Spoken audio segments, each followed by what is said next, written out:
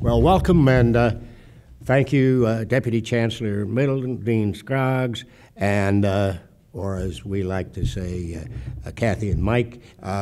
We appreciate the generous introduction, and thank you for allowing us to bring all these good folks together. If you don't mind, I suggest you might keep that cybersecurity hashtag account or whatever it is open, because after you hear what the Admiral is going to have to say today, you may want to be spending a little more time on cybersecurity. You know, since 9/11, I think everybody in America has known of the threat from of a terrorist with a bomb. But I'm afraid that right now, American public is still too complacent when it comes to the silent attack, the silent threats that could devastate our nation. Those are cyber attacks. These cyber crimes and attacks happen every day. They've been going on for years. Sometimes you need a big popular company like Target or Home Depot to get your attention about how big a problem it is. Otherwise, they remain under the radar. But Hollywood has come to the rescue. I understand a new hot program is CIS Cyber. I might even have to start watching that to see what they warn us about. But government, business, and social networking sites have all been hit. And for young people who use social networks, you are, I think it's 5 to 10 times more vulnerable of being attacked, because that's where they get a lot of information. Talking about bringing it home, Friday I got a call from my son Sam.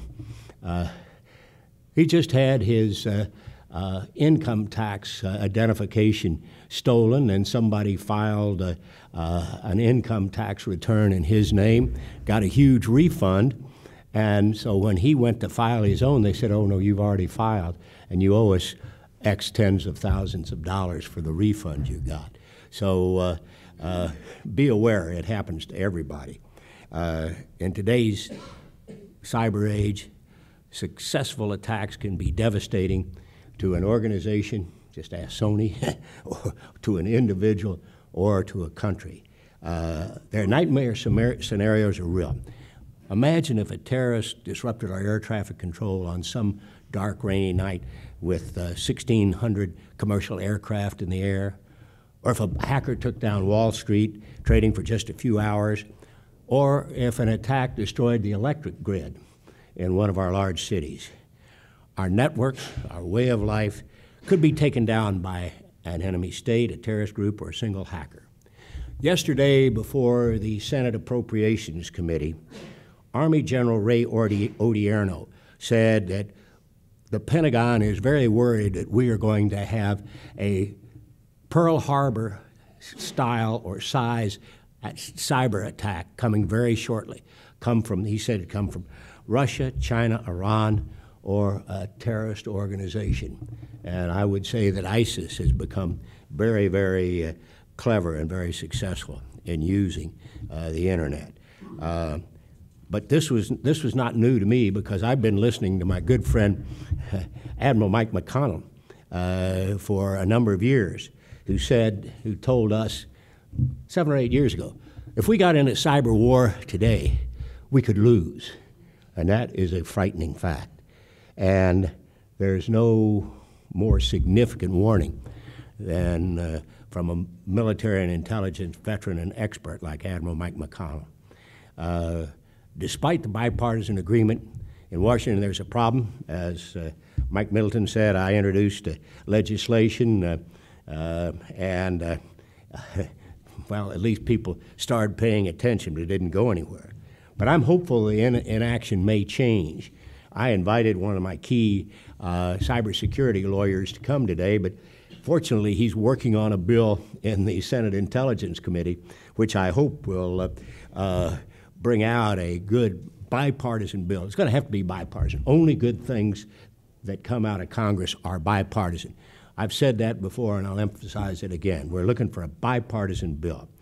But anyhow, I appreciate all of you coming here today, and it is a great honor for me to present to this audience my very good friend, Admiral Mike McConnell, and welcome him to the University of Missouri and the lecture series. Admiral McConnell served our country 29 years as a U.S. Navy intelligence officer. Over his career, Admiral McConnell served a number of important roles during many critical points, during Desert Shield and the dissolution of the Soviet Union. Admiral McConnell served as intelligence officer for the chairman of Joint Chiefs of Staff, General Colin Powell, and Dick Cheney when he was Secretary of Defense. Under Presidents George H.W. Bush, and Bill Clinton, he served as director of the National Security Agency and as a member of the director of Central Intelligence Agency's senior national intelligence leadership. He tried to retire after 29 years in public service, but in 2007, President George W. Bush, fortunately, called him back to duty, and he became the second director of national intelligence, where he served under both Presidents Bush and Obama. As the DNI, he managed the expansive national intelligence community, which I can assure you is no small task. There are many classified and still secret scenarios we could talk about, but my greatest experience in the Senate was working with and for Admiral McConnell. 2007, the legislation authorizing the NSA to listen in on terrorists abroad had expired. Son was in Iraq in combat. One of the generals there said the most important thing you can do is reauthorize the Foreign Intelligence Surveillance Act. I worked with Admiral McConnell to do that, and he had to work on a bipartisan basis to get that review. And the thing that remains stuck in my mind, there was some thought it was going to be a partisan battle in the Senate. And just before the key vote in the Senate, we had 4 leading Democratic senators from the Intelligence Committee in a room, Senator Feinstein, Senator Mikulski, Senator Wyden, Senator Nelson.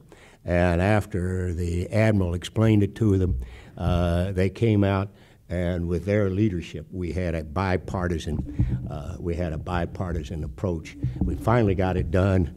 That wasn't the last of the battles, but we got it done. And since he has retired from public service, Admiral McConnell has traveled the country speaking on the danger of cyber attacks, authored articles, appeared on news programs, and continues to advise policymakers on the need for action.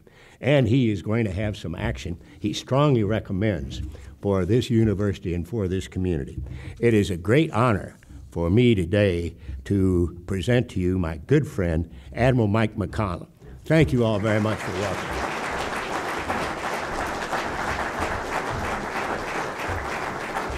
Thank you, sir. Thank you, Senator Bond, very much. That's probably the best introduction I've ever had. I wish my mom was here, quite frankly. You notice when the senator was introduced and when I was introduced, they always put in that part about long and distinguished, or 40 years, or so ever. It says 40 years on your note and 40 on mine. The truth is it's 50 and 50. So now the good side, grandchildren. I've got 4 kids, 9 grandchildren. I think I probably need to take this off. Is that fair? Because I can hear it rubbing. We good? Okay. I have 9 grandchildren, and I'm going to tell you one grandchild story. You only have to endure one.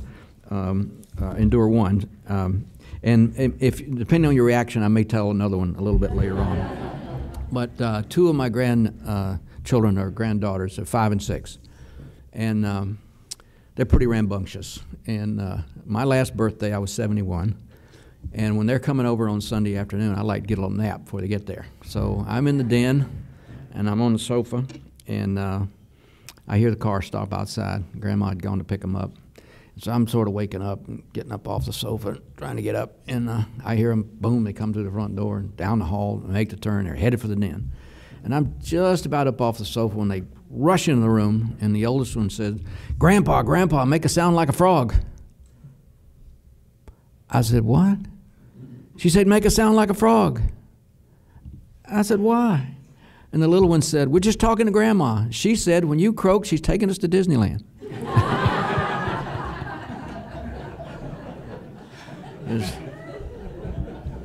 There's absolutely nothing like grandchildren to sort of bring you down to reality when you think you got something important to say. I want to make a case today for cybersecurity and why you need to worry about it, why you need to think about it. It wasn't too many years ago. I was like some of these youngsters in the audience.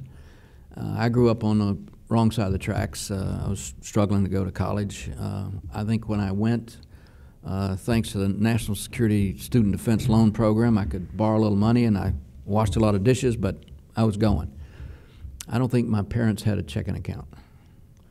And one of the first courses I took was the theory of money and banking. And I was fascinated.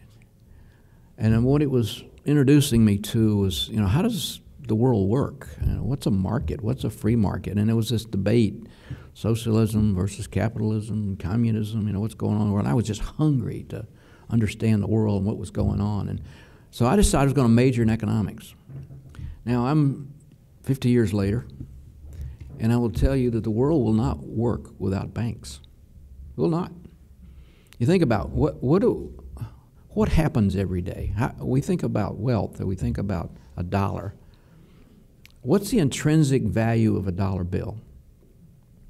The only thing is we all agree it's worth $1. That's all. So the way to think about it, it's a medium of exchange on which we all agree. So everything that happens around the globe happens on the agreement of $1. Somebody's going to pump oil out of the ground, so you make a contract for that. Somebody's going to load it on a tanker. Tanker's going to go from the Mideast to the Caribbean to get refined. You're going to take it now into the refinery, refine it. They're making a deal on the basis of $1, all those transactions. You bring it back out of the refinery, put it back on a ship, you take it up to Baltimore, you load it on a bunch of tanker trucks, and you deliver it to Columbia, Missouri. Now what do? You drive in the station, you put in your credit card, fill up your tank. All those transactions occurred because you believe that the dollar's worth $1. Now, there's inflation, and there's always that argument. It's a unit of exchange for which we agree, and it's required to make stuff work. Trade with China, whether you're building satellites or rocket ships or automobiles or whatever, we're all doing it in the context of $1. Now let me tell you, this observer, starting out as an economics major, I was privileged to be the director of NSA, we are at strategic vulnerability as a nation and a globe. And why do I believe that so strongly? Well, what is the United States economy? Is there an economist major in the room? What's our economy on a yearly basis? Anybody know? $16 trillion. That's a big number. $16 trillion a year. Now, how much money moves through the global banking system every day? I ask this question often, and I get responses like, "Wow, that's a big number, like 500 billion, maybe 700 billion." Every day of the work week, $13 trillion moves through the global banking system. We have the world's largest, most productive, most effective economy in the history of the world, and the size of it is $16 trillion a year. And every day of the week, $13 trillion moves through the global banking system. Half of that money is cleared in New York City. Most of it is cleared by one bank. Now let me make a couple of statements that I believe are facts.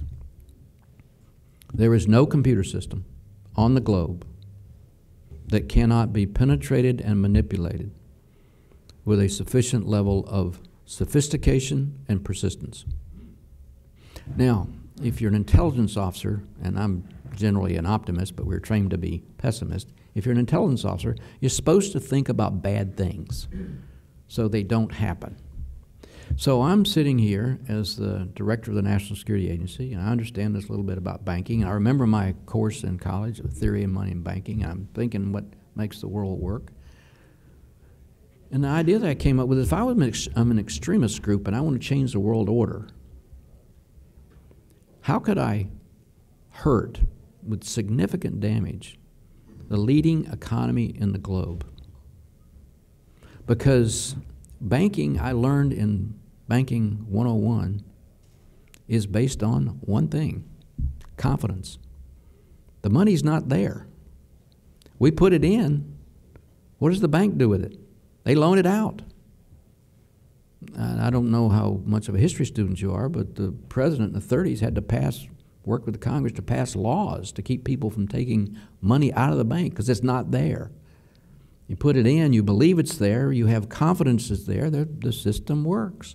Banks loan it out, people buy homes, finance businesses, that's what makes it all work. But if you have a run on the bank, there's not sufficient funds to cover all the withdrawals. Well, the other artifact of this global banking system is it has to clear in milliseconds. Millisecond.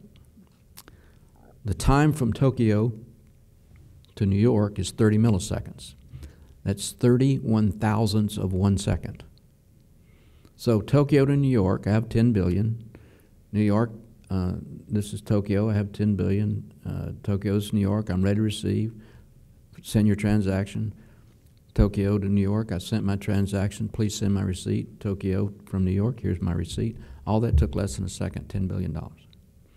The minute one of those transactions fails, the system freezes. Because nobody is going to now clear if things aren't clearing.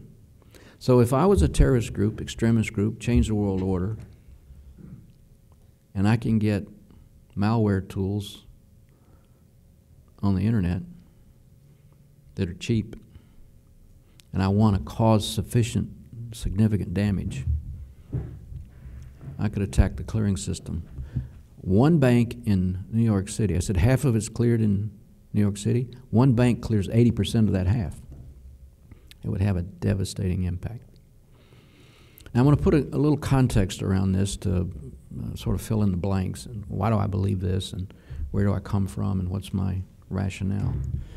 I was privileged to be selected as director of the National Security Agency in 1992. Now, if I'll refresh you on the context of 1992, Cold War's over, and even Senator Bond used the word once, peace dividend. Let me translate what that means. We want the money back. We've been investing in this Cold War for almost 50 years, and now we got other agenda.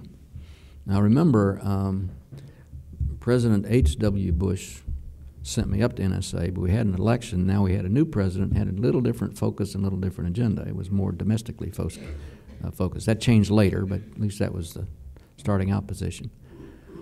And so I'm going up to NSA, and I'm trying to figure out, okay, how am I going to manage this global enterprise built to surround the Soviet Union? And I will tell you, I got very interested in encryption and code breaking and trying to understand the history. And what I'm principally worried about is, if you look at the history of my organization, America does not like spies.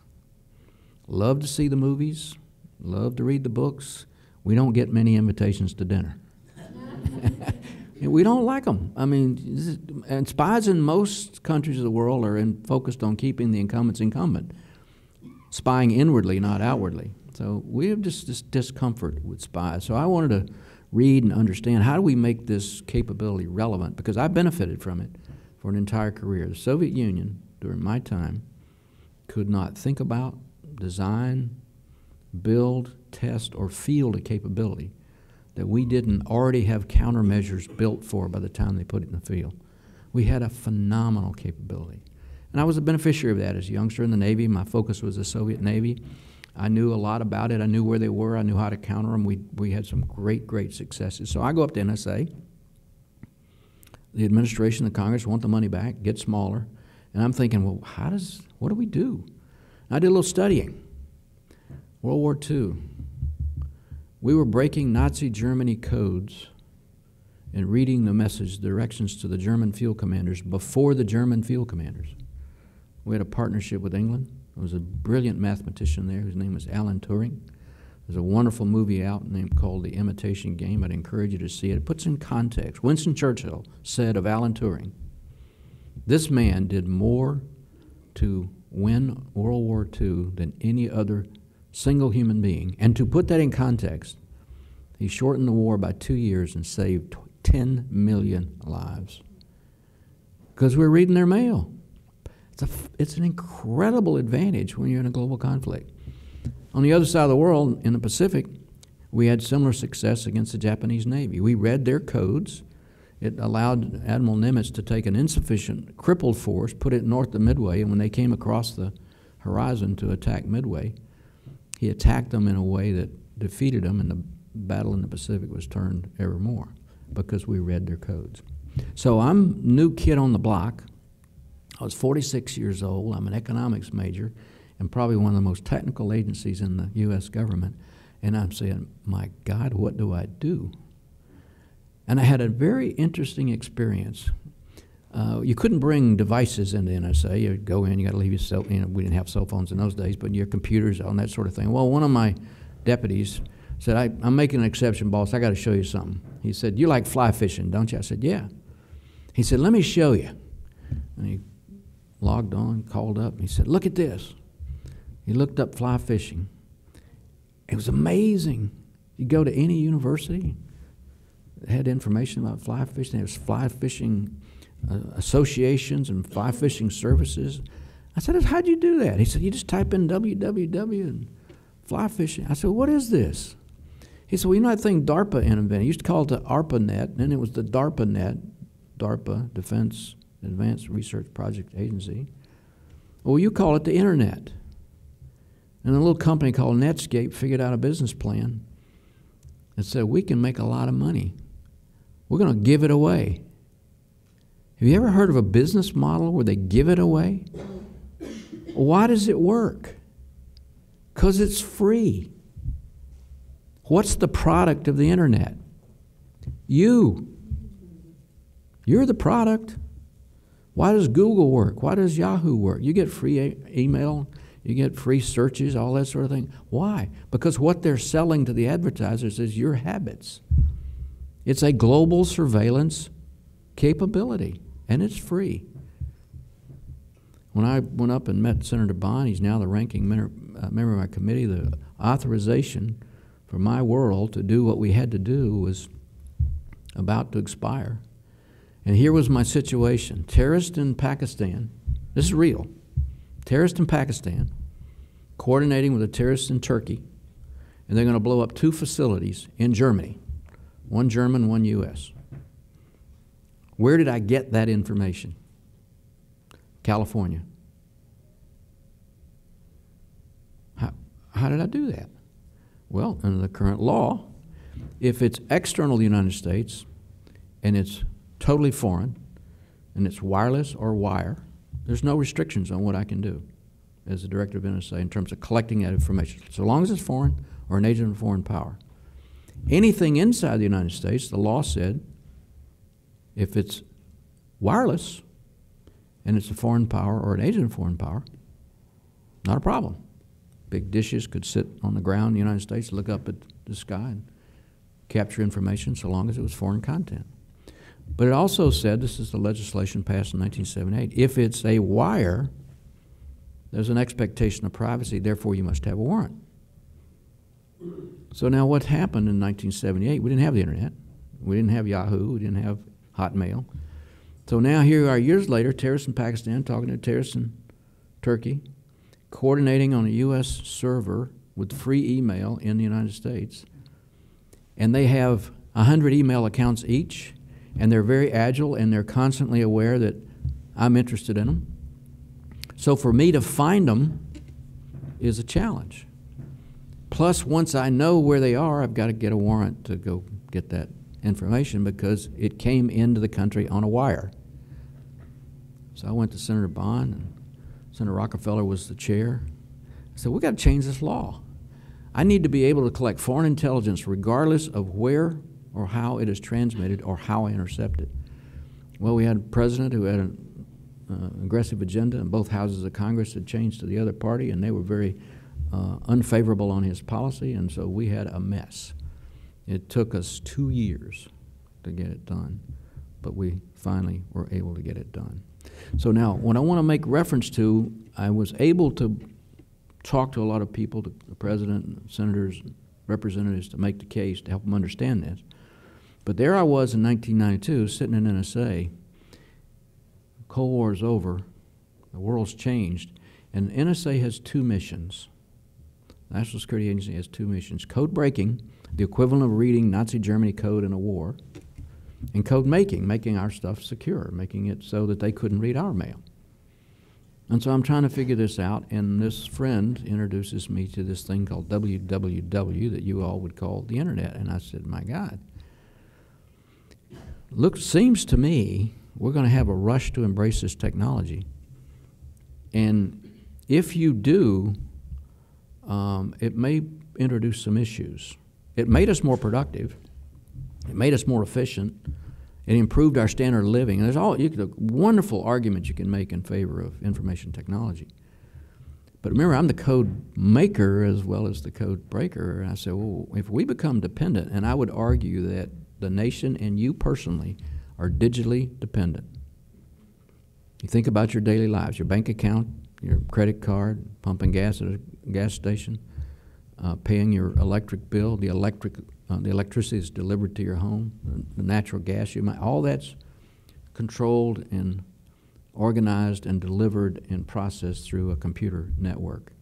So we've gone from a manual world to an automated world. And so as I was starting to see this and understand it, I said, you know, it seems to me we got a change that's going to affect the entire world. I said, let's take a small group and figure out, can we exploit this for foreign intelligence? And I was shocked at the result. It was like taking candy from a baby. It was so easy.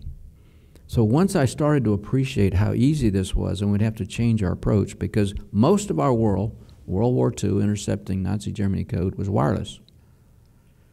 Most of the whole Cold War was intercept of wireless. There are only two kinds of communications: wireless, transmitted through the air, and wire. And the bulk of communications today, even though everyone in here has got a cell phone, and you would think of that's a wireless connection to a cell tower, think of wireless as the on and off ramps to the interstate highway system, because the bulk is in a piece of wire called fiber. So the whole world of NSA, from a wireless intercept and exploitation world, was going to have to start focused on a networked world of wire. Think fiber optics. Here's a comparison.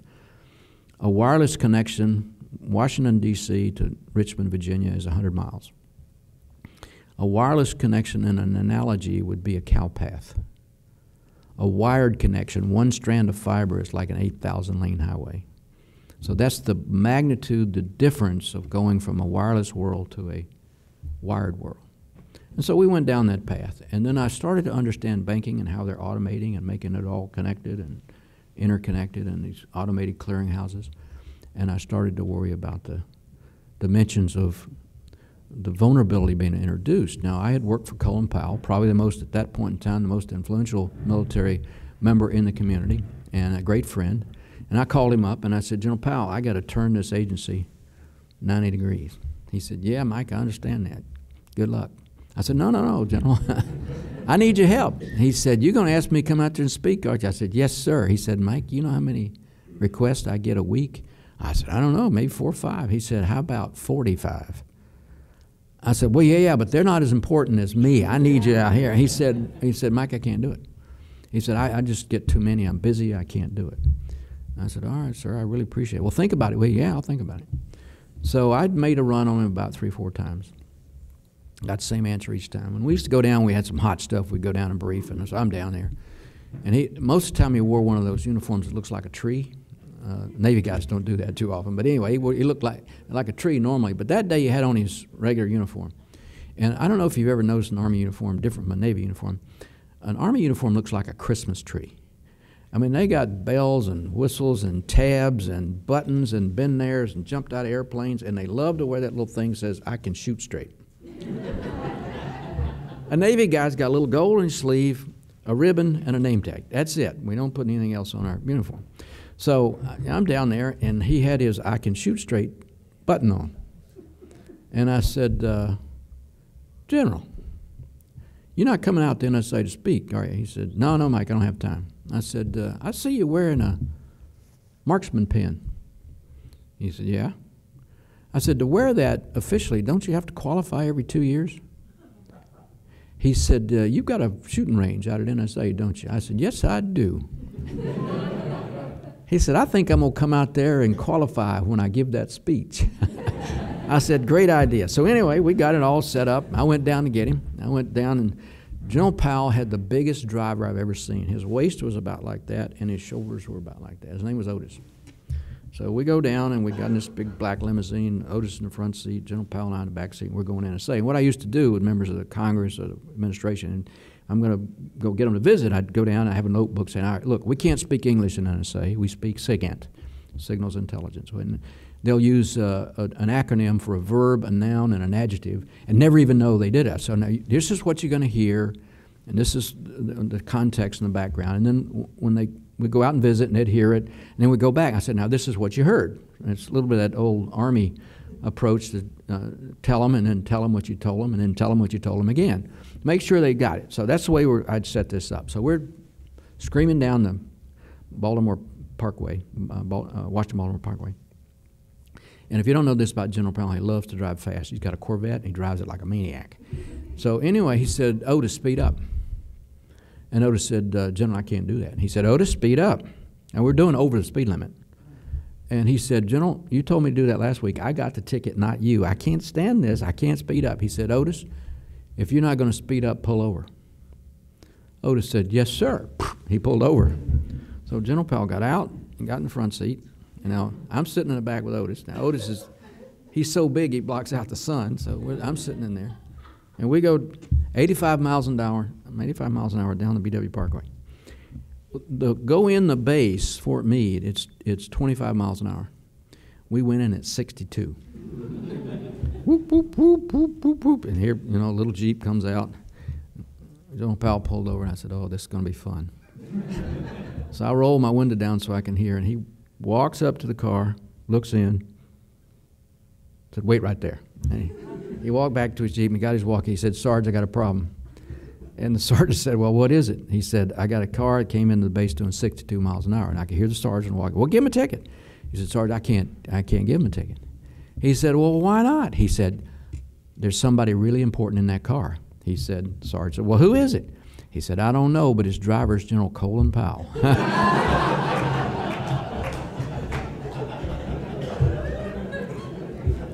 So General Powell gave a speech, and we turned in a direction, and I've been giving speeches and discussing this ever since, because most of you hear about crime.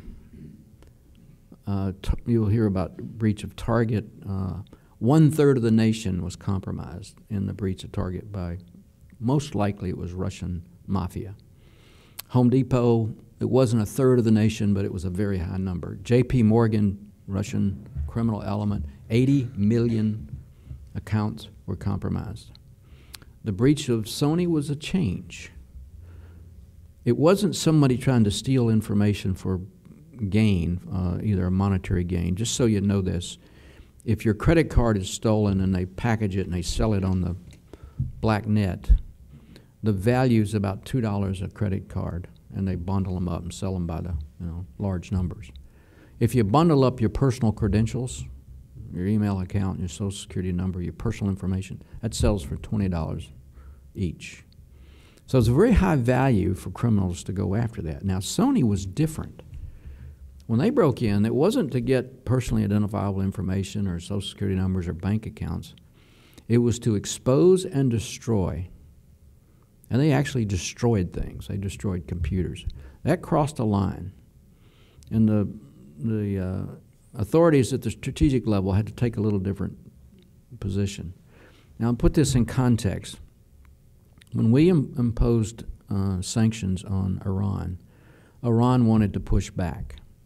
So they authorized their Quds Force and their Republican Guard and others to develop a cyber capability. So they went out searching. On a scale of 1 to 10, they were about a 2. And they found a lot of stuff on the internet, and they round up some smart people, and they said, all right, we're going to attack U.S. banking. In a period of time, they went from a 2 to about a 4 on a scale of 1 to 10. And well, the method they chose was a massive denial of service attack. Think of it as a traffic jam. You take a computer, you infect servers who infect other servers, and you create a flow of traffic that clogs the lanes. And so now customers can't log on, you can't get in transactions, and so on. What they were really doing is being an annoyance. Banks figured out how to cope with that. What they were looking for were vulnerabilities so they could come back later. But they didn't actually do anything other than passively collect some information and create this traffic jam so people couldn't get service. So our reaction when the banking community came to the executive branch and said, hey, we're being attacked by a nation state. Do something. They said, well, you guys got it under control. You know, we're negotiating. We don't want to upset anything, and so you work it out.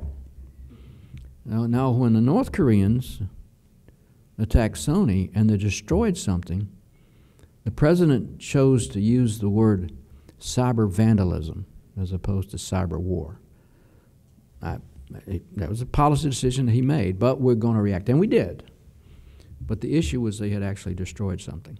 Now, here's the way I see this criminal activity. It's a pain. We can deal with it. We'll compromise some stuff. We'll change up a bunch of credit cards. Every time the credit cards are stolen, it costs the credit card companies and the banks tens of millions of dollars because they got to reissue them. And because the law says you're only vulnerable for $50, so it's in their interest to reissue, so it costs tens of millions. So banks are struggling with that a bit, but it's mostly criminal. I'm actually glad it's happening because it's causing us to get serious. Now let me put the more serious threat in context from the way I think about it. The Chinese are the most aggressive. About 80% of economic espionage today is conducted by the Chinese. Why? They've got an educated workforce that makes very low wages, and if they can get the research and development, the source code, the business plan, the innovation, the business model, the technical specifications of the equipment for free, they can make it cheaper and sell it in the market at a lower cost than we can. The Chinese have penetrated every major corporation of any consequence in the United States and taken information. They've taken planning information for advanced concepts, windmills, automobiles, airplanes, spaceships, manufacturing design, software. There isn't a major corporation that has not been penetrated by the Chinese.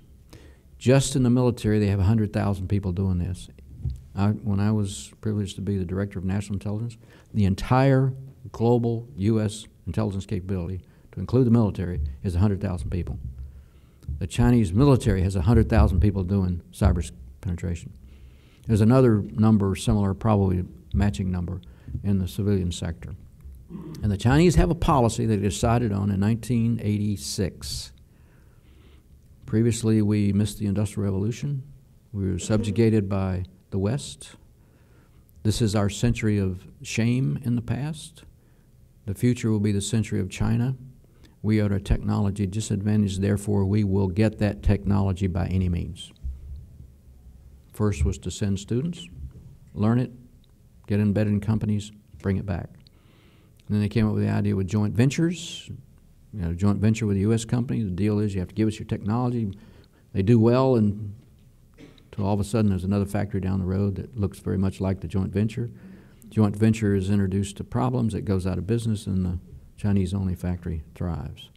What they found most lucrative is they can have it for free by just opening up a computer system and taking it. They're taking it at the terabit level. In my government life and in my private life and business, I've been asked to examine organizations and agencies and so on, from the U.S. Congress, the Department of Defense, the Department of State, to private sector. and we've never, ever not found Chinese malware embedded in the system so they can extract it. Think of it as remote control of a computer system to extract information at a time and place of your choosing. And that's how it's playing out. I worry much more about that. If a nation state with a labor force that's educated, that worked for cheaper labor than the United States, and our benefit is we're an inventive, creative nation. That's what the free market rewards. That's where we do this. If they can take that before we can take it to market for free, and it's unchecked for 10, 15, 20 years, I would say that has strategic consequences for the United States. China will be the largest economy in the world in the next 10 years.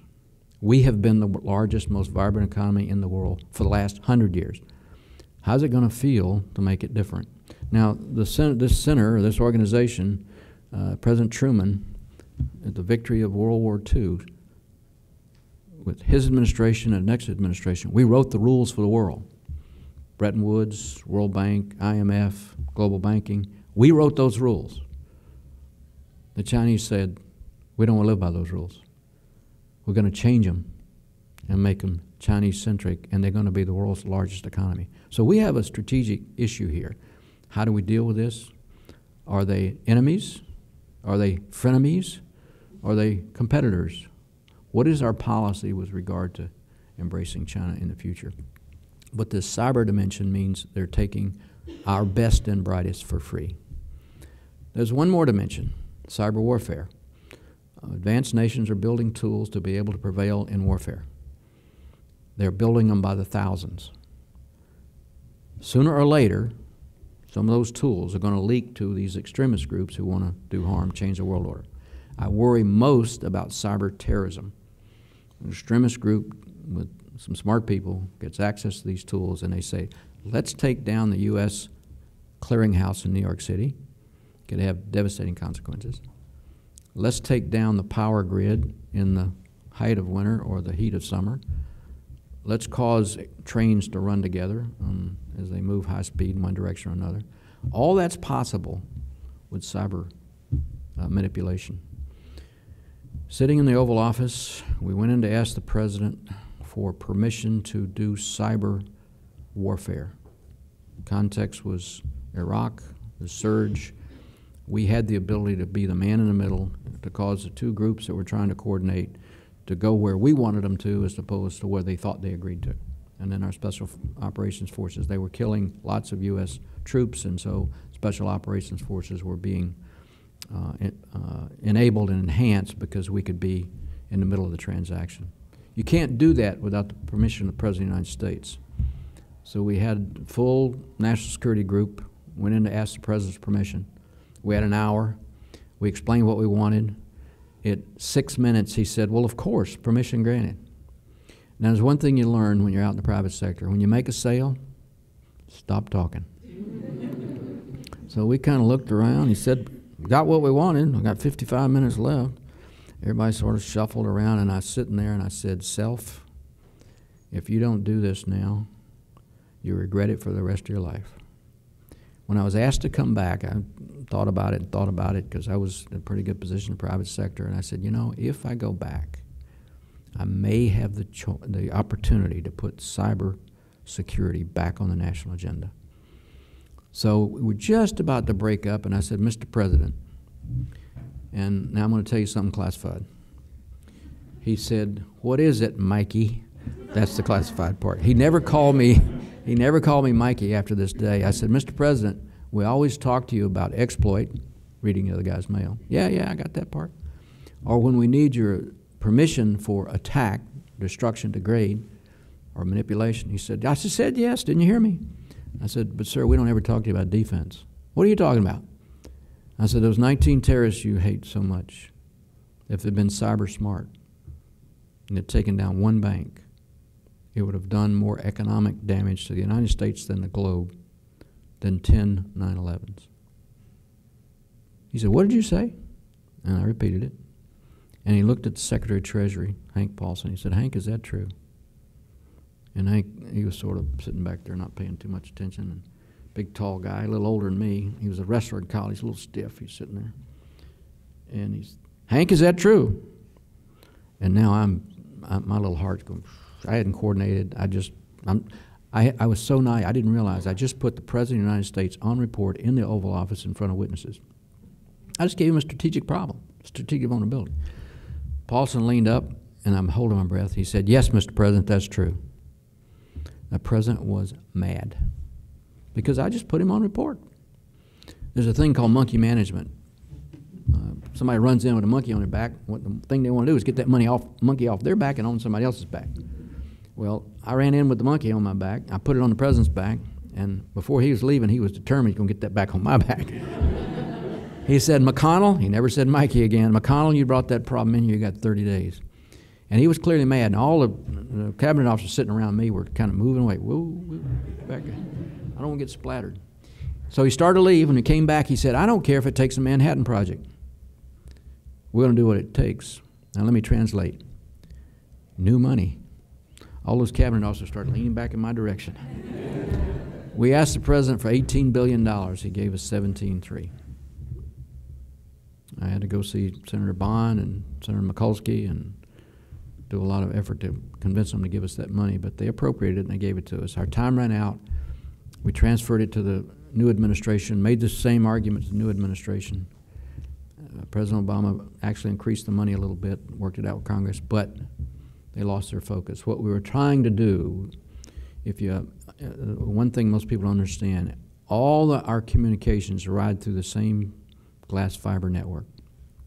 Your personal email, your university email, your business email, Department of Defense secret email, the Department of State's top secret email, my community's above top secret, it goes through the same piece of pipe. So what the Department of Defense had to do was create .mil.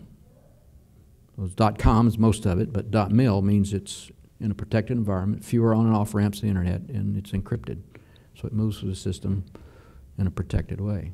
So what I wanted to do, I said, let's create the equivalent of .mil for the government, and let's create .secure for the critical infrastructure, banking, electric power, transportation. So at least it's secure, and you couldn't have a radical group do these terrible things.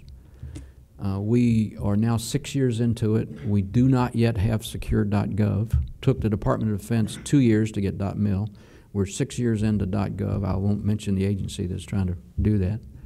And we've forgotten all about securing the critical infrastructure. So it's a huge need for us to secure critical infrastructure of the nation, to make it less vulnerable. Now, I'll give you an insight that's absolutely amazing to me. All those malware tools that are being developed, my community has most of them, and they've never been used.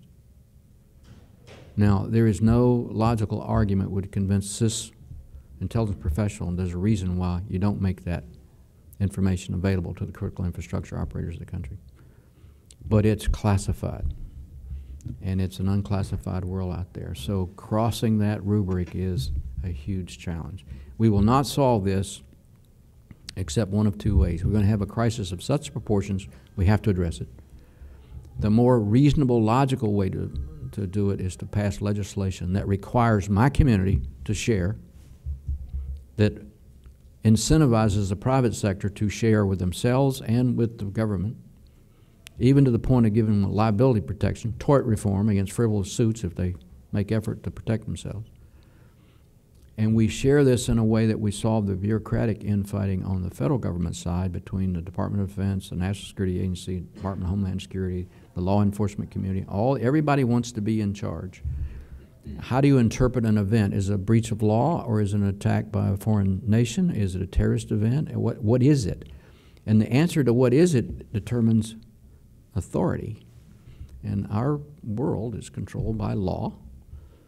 A department is authorized to do something, and it's appropriated to do something, and bureaucracies are very protective of those bounds. And when those bounds overlap or they're close, there's friction. And so internally, we haven't accomplished the mechanism. The President tried to solve it February 2013. He tasked the National Institute of Standards and Technology to produce a model or a standard, and he decided Department of Homeland Security was going to be the flow point with industry. and it doesn't work. I talked to my industry friends, and they said, well, we asked for help, and 3 days later we get old news.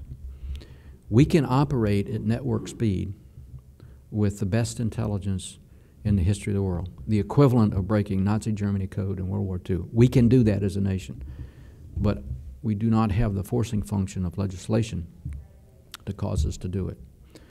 Senator Bond introduced legislation long ago to do some of those things. We have now somewhere around 24 to 30 bills have been introduced, and they've all failed. What can you do as a citizen?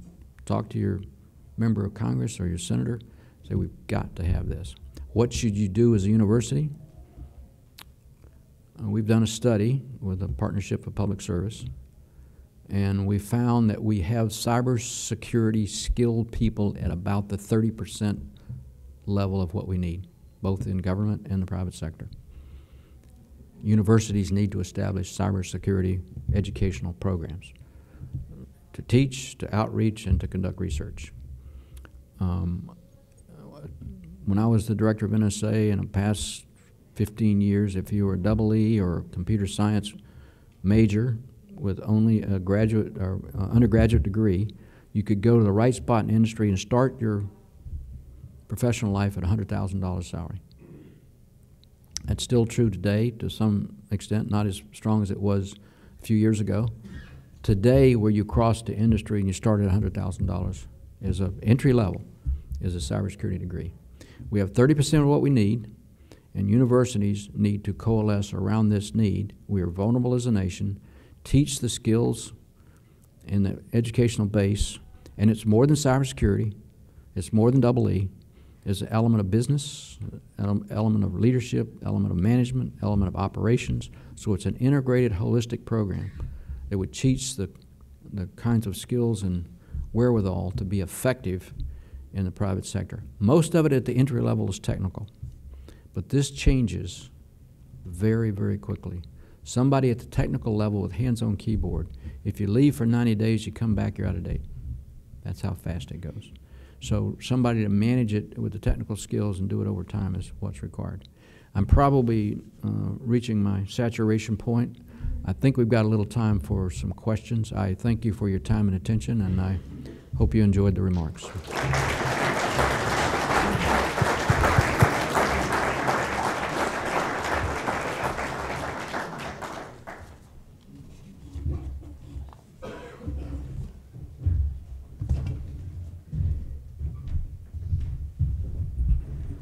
Admiral McConnell, thank you very much for putting the fear of God into me. And probably all the rest of us as well.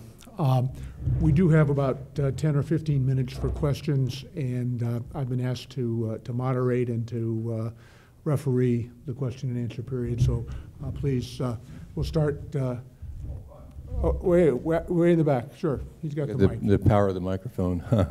I'm not really sure what you're asking for. I mean, your company that you currently work for is kind of like a subsidiary of NSA, and apparently NSA has an unlimited budget, a black budget. So are you asking for more money or what? Well, I would take issue with how you frame the question. I know a great deal about NSA's budget, and it's not unlimited. And there's a senator who used to oversee it and ensure it was the activities were conducted consistent with the not only the appropriation of the budget, but the authorization of the budget. The intelligence community often gets questions like this, mostly driven by Snowden, with the claims that he made. And what I would highlight is we're a nation of laws. The activities of the community were conducted consistent with the law. Now, one can argue as a citizen, you're free to have any point of view you want, that the interpretation of the law or the policy decision of implementation of the law you might take issue with. But what was argued in the Congress, debated vigorously, passed by both houses of Congress, signed by the President, is the guidance for my community to conduct its activities. And contrary to what Snowden claimed, the activities conducted by the NSA are consistent with that authority. What I'm arguing for in this group is these are citizens. These folks are involved with the university. The nation has a need.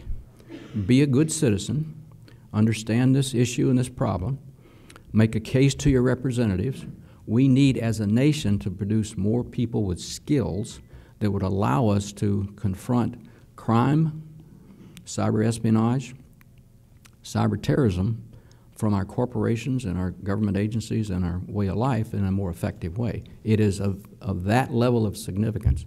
So as a citizen, you can be engaged and involved, have an opinion. As a university, you can offer programs that teach people how to train people, educate people on how to address this issue, and be informed as a citizen. That's what I'm arguing. Sir, here. Admiral, during the course of your career, did you ever interact with or work with Ben Rich on Lockheed Skunk Works? And if you did, what did you talk about?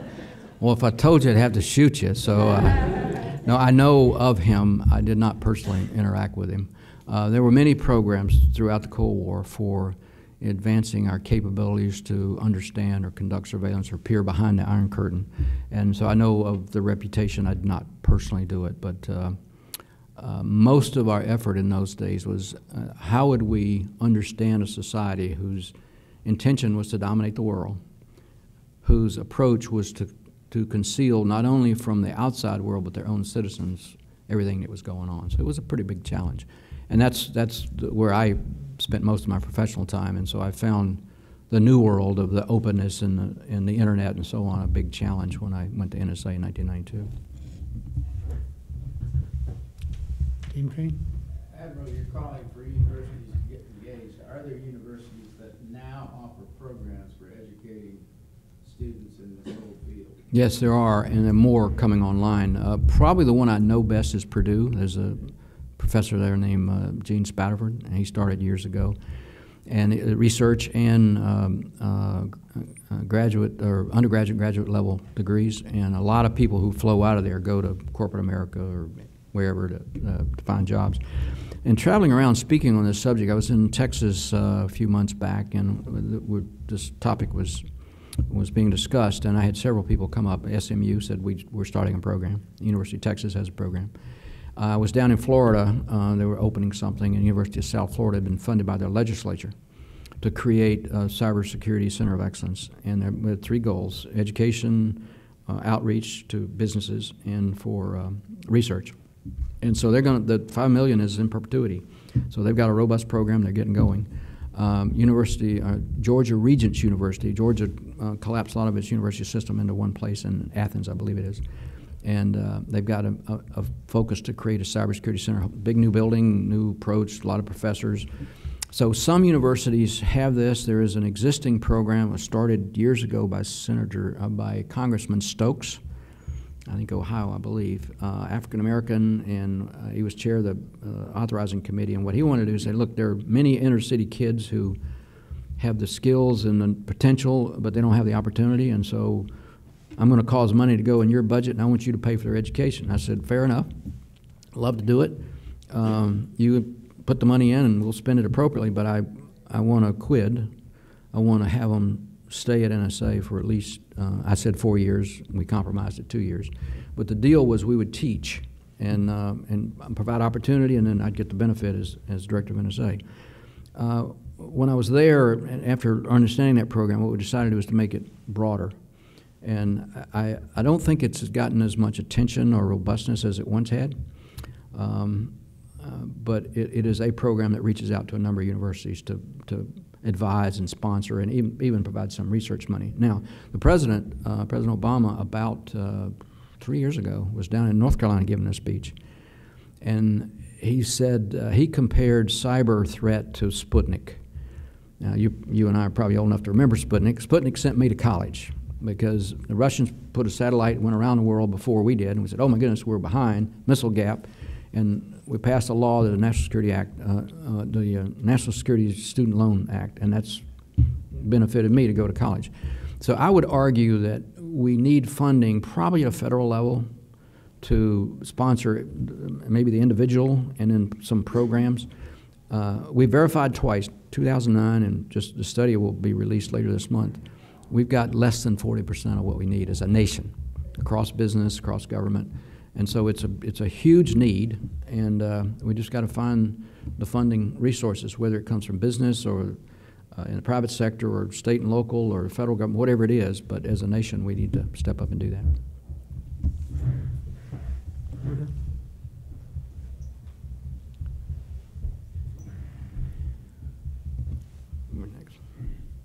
Admiral, you've previously called Edward Snowden a narcissist. I know you're... Say it again? You previously called Edward Snowden a narcissist. I know you're not a fan of his actions, but do you think any good came out of those leaks? There's always some argument for good out of a public dialogue and discourse. My frustration with it was he didn't understand the system, and he made a lot of claims that were wrong. And now, I think of the U.S. population as a bell curve. I consider myself and most of the population sort of in the middle, pretty reasonable people. We have pretty bipartisan objectives. But then there's the fringe on either end of the bell curve, and those voices can be empowered one direction or the other, and I think what he did was add a lot of material for those who had a particular point of view. I don't particularly agree with it.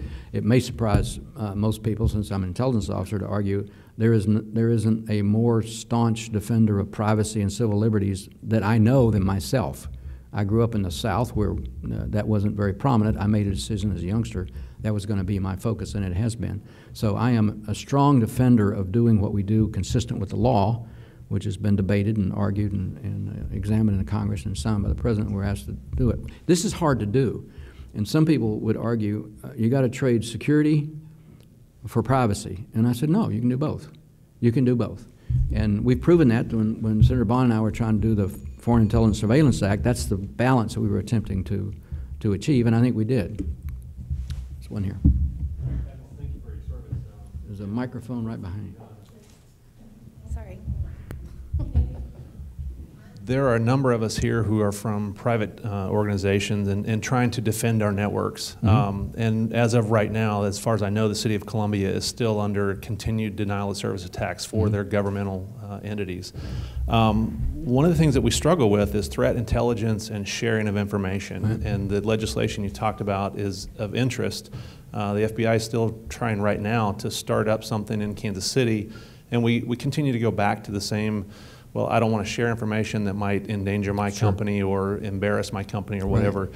What's the likelihood we're going to see that legislation passed where we'd be able to tap into threat intelligence and not have to reinvent the wheel that all of us here are having to do every day? The House passed it twice, but now they got to reintroduce it. And one of the authors, Dutch Ruppelsberger, Democrat from Maryland, has now introduced it again in the House. The Senate side, the committee with jurisdiction, is arguing it this morning.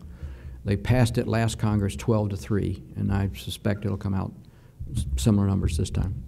The White House, for the first time, actually sent a legislative proposal to the Hill, and the argument is fueled by Snowden, because increasingly the debate is inaccurate in my view, but the debate is, you do these things, sharing information, you're going to give that to the NSA.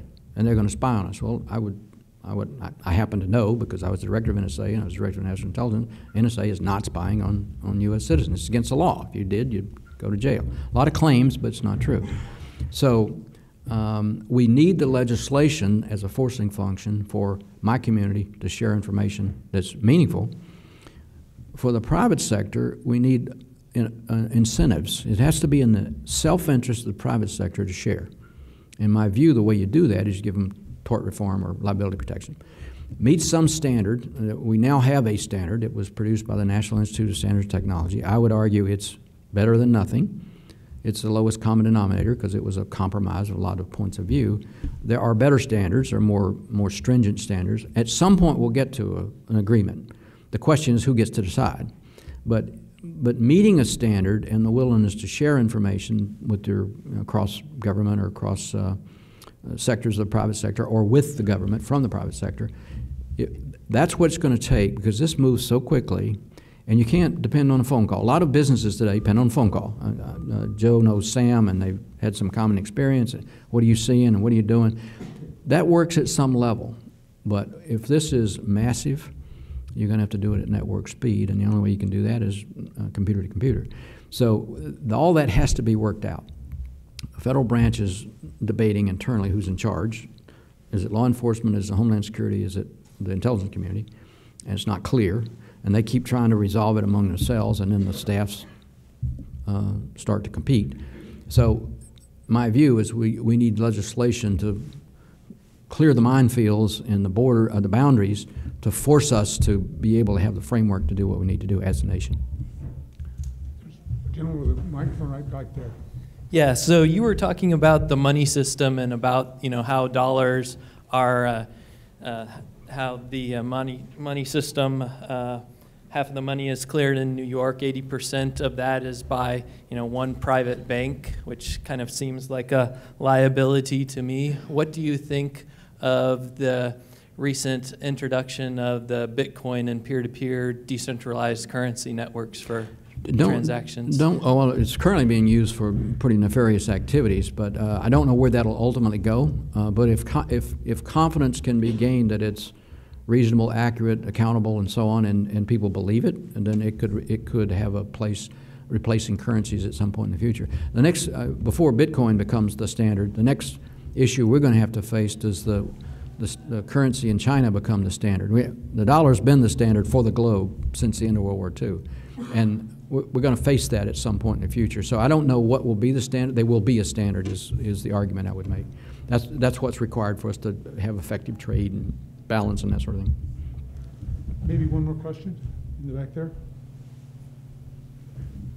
Hi, my background is in control systems in the oil industry and for large-scale particle accelerators. So I just wanted to add to your examples of cybersecurity issues, and that is control systems of oil refineries, nuclear power plants getting hacked into, and that that's another example of why this is of major concern. Yeah, all of them were manufactured without any real thought to cybersecurity, and so I've talked to a lot of the makers of those systems, and they have a big issue, and they're trying to work through that. Most of them now said, okay, we're going to make a little bit like Microsoft did. Early days that it wasn't much focused on security, and now Microsoft products, the premium has good security. So you'll see the manufacturers of industrial control systems increasingly build in security considerations in the systems that they produce. But right now, U.S. industry, in an automated sense, we are wide open, and that has to be addressed. Thank you all very much. I hope there was a nugget of two that was helpful. Please join me in thanking